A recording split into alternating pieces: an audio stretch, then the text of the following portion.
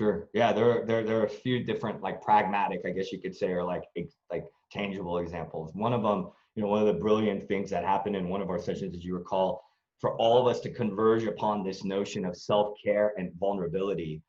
That for me as a leader was huge. So I would say that one of the big impacts that it made was something that came out of the proverbial left field. It was something I hadn't considered that was it was a practical impact on me as a leader that started off as an intangible conversation we were all having around honoring the negative emotions that arise, making it known that when we're not okay and leading with that vulnerability.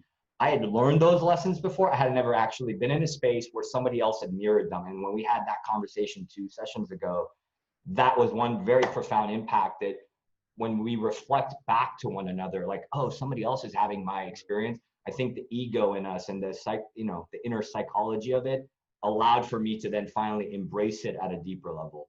Two, I started to then get motivated by the group energy that was forming. So it inadvertently ended up having an accountability effect on me, where it gave me bursts of momentum early on. The first 2 sessions, I would say, were more pragmatic for me, were more momentum action. And then the last 2 were more of this self-learning of vulnerability, and it's okay to feel the full breadth of emotions.